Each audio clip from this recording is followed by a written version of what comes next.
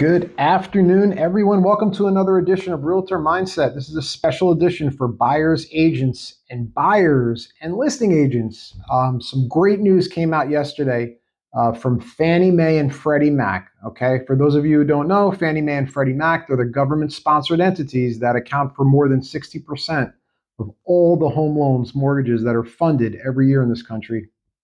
And yes, we're talking about buyer's agency commissions because we're in the middle of the NAR settlement that states that sellers and sellers agents cannot place buyer's agent commissions on the multiple listing service. But I'm going to read you a statement that Fannie Mae and Freddie Mac came out with yesterday. Is really good news for us. So take a listen here. Buyer's agent fees have historically been fees customarily paid by the property seller or property seller's real estate agent. And as such, they are currently excluded from these financing concession limits. Okay, what does all that mean?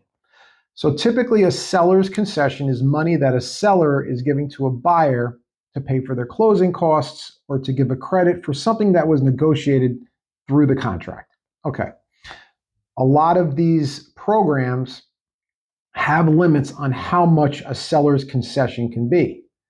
It depends if you're owner occupying the property or if you're buying it as a second home or if you're buying it as an investment property. There's seller's concession limits.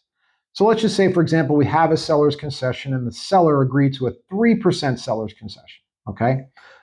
However, in this particular scenario, the buyer's agent is charging 2% to represent the buyer.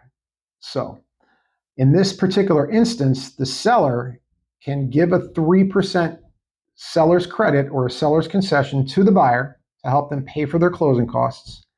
And they can still give another 2% to the buyer's agent to pay for the buyer's agent commission. Okay.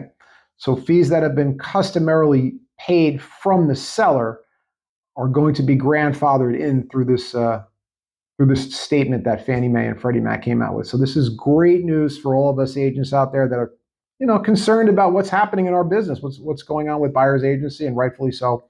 But it's great to see that Fannie Mae has jumped on board and are supporting the real estate industry. Bravo to you both.